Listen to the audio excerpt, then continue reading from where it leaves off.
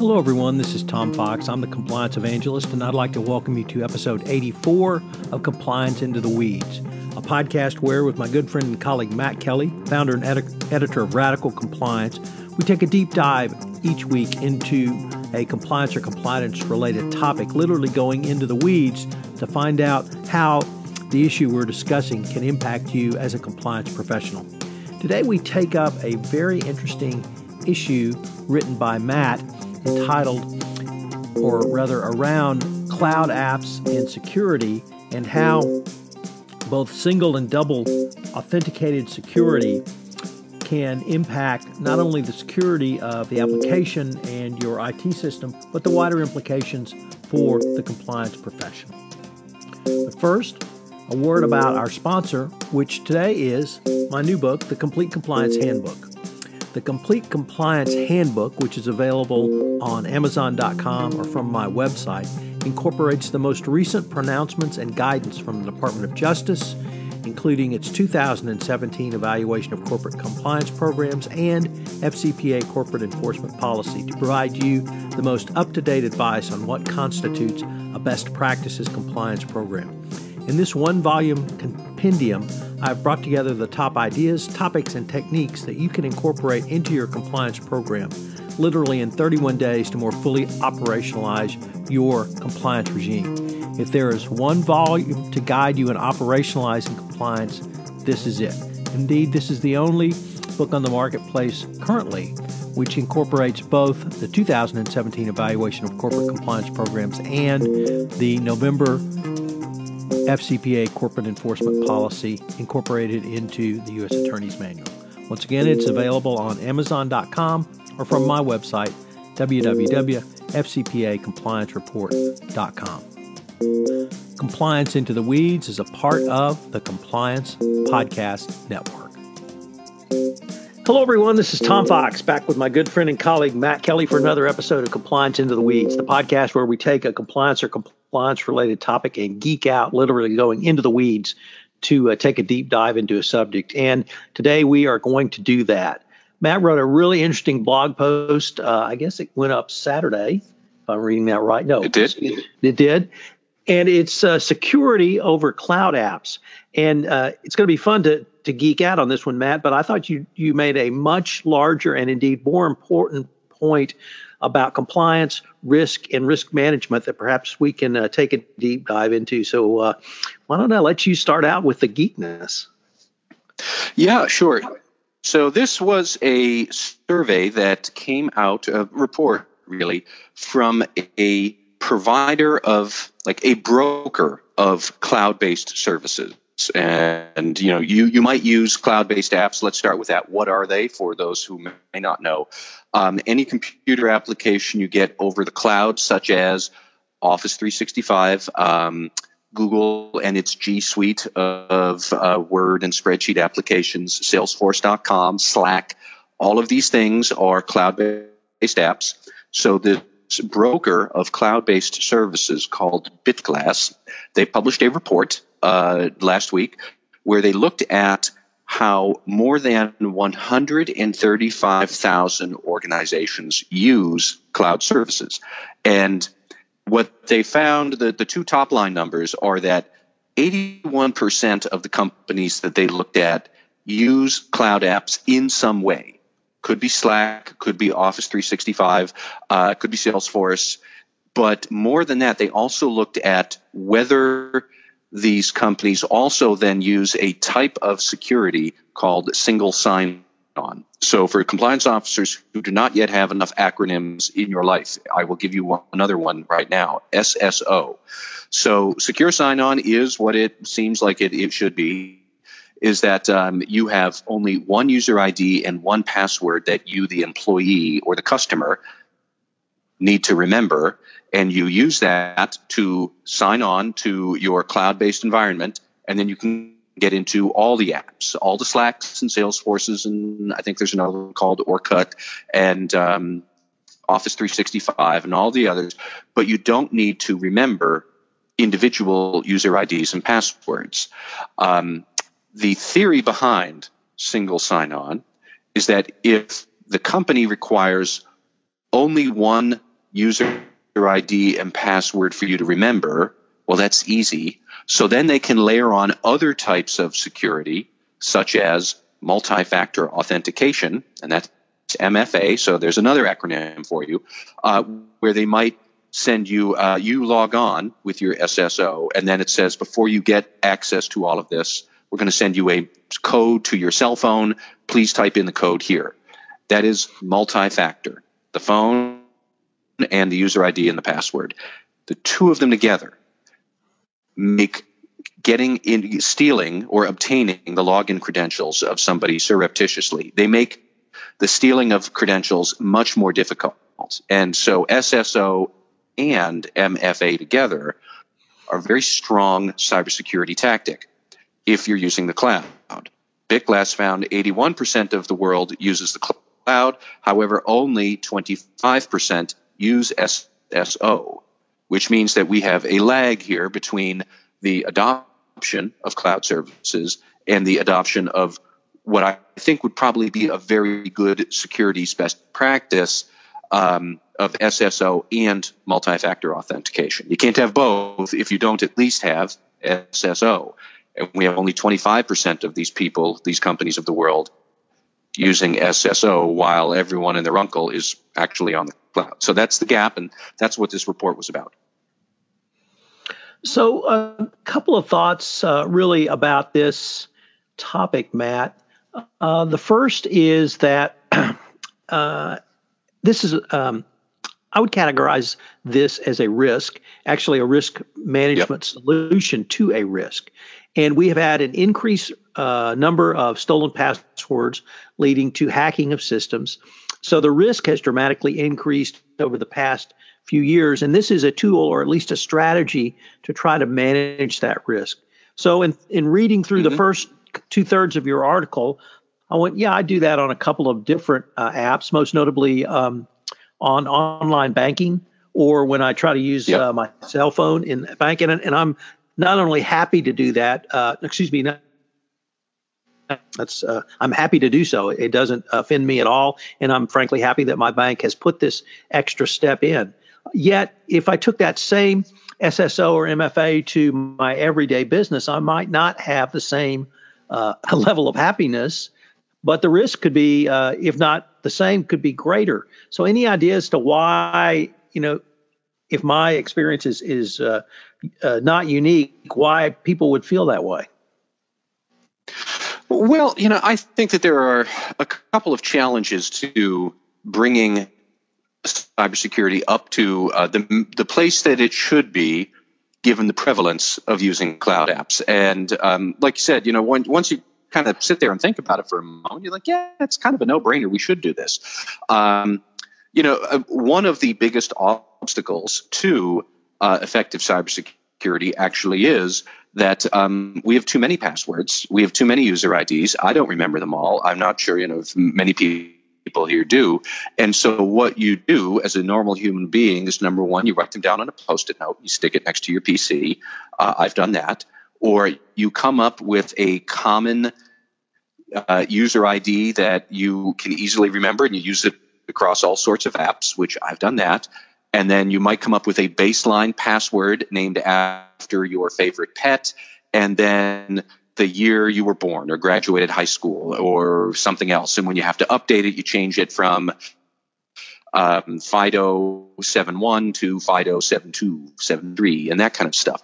None of that is good cybersecurity practice. However, it is very common sense human practice.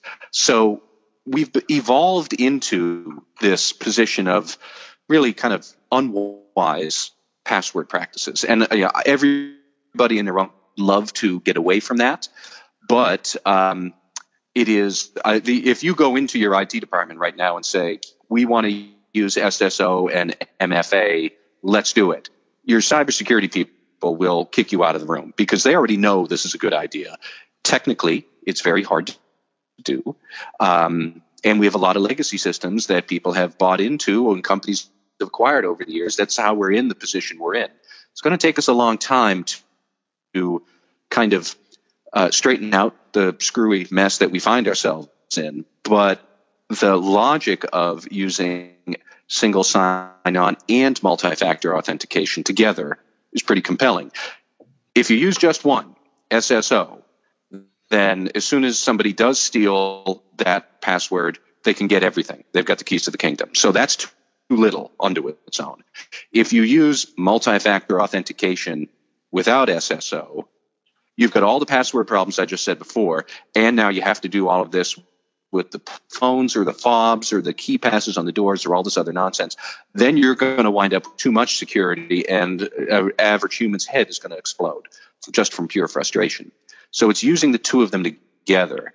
The other point that I really liked about this report is it outlines the different types of cybersecurity risk that are out there. If you use a cloud-based vendor, you're using Microsoft Office, you're using Amazon Web Server, you're using, Salesforce. Their ability to keep hackers out who are trying to break through all of the securities walls, their ability to do that is better than your company's. And your IT security people will be the first ones to agree with me on that. However, that is a hacker's intrusion risk is different than what really screws most people up is phishing attacks where they dupe an employee into giving them credentials, and then they can come in through the front door because they've got the proper keys. So it teases out the idea that there are different types of cybersecurity risks, some of which your cloud-based vendors who you're already, do you know it or not, your company's using them, they're going to be better at some parts of security than you could ever imagine. But there are going to be other parts of security involving actual things who are on your payroll. That's not the vendor's problem. That's your problem. And thinking through single sign-on, multi-factor authentication, how do we bring that about? That's going to be a very effective tactic against a very different type of security risk. And that's where, as we increasingly worry about the use of vendors and about the management of data, that's increasingly where a compliance officer's cybersecurity battles are going to be fought. And so the report is very good to help you benchmark where you might be, your company size, your industry, how much do you use these different vendor cloud apps compared to your peers. It's very detailed like that. But more than that, it's thought-provoking for you about what the path forward is going to have to look like, whether you like it or not.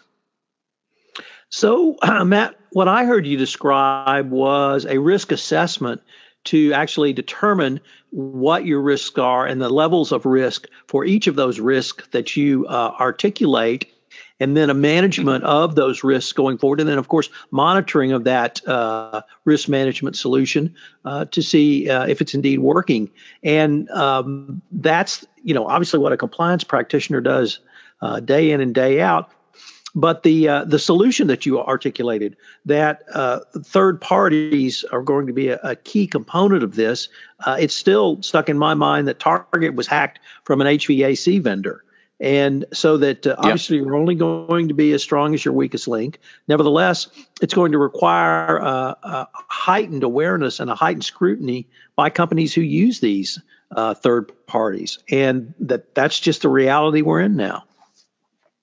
Yeah, I might even say, this is going to sound more flip than I'd like, but certainly for hackers trying to break through the security wall, your system is only going to be as good as your weakest link. However, for phishing attacks where they're trying to dupe someone into giving them the credentials so they can walk in, your security is only be as good as your dumbest link or your most inept link who falls for it. Now, look, these phishing attacks are going to get very sophisticated very quickly, and it will be difficult for even the brightest of people to figure out this is legitimate, this is not. So how do you prevent phishing attacks like that when they've not just been, it's no longer going to be the CEO asking for everybody's W-2s. It's going to be the deputy head of HR who conceivably might ask you for everybody's W-2 data, but it's completely fictional. It's going to be adding in these other elements. Like I said, you're sending a entry code to your cell phone that even if they dupe you into giving them the credentials, that's not going to work unless they've also stolen your phone. And once you use multi-factor authentication, goes down a lot. But that's how we're going to have to start thinking about these things. What are the systems doing, computer to computer, and what are humans doing with the computers? Because they're two different types of interactions that are going to require two different types of security protocols.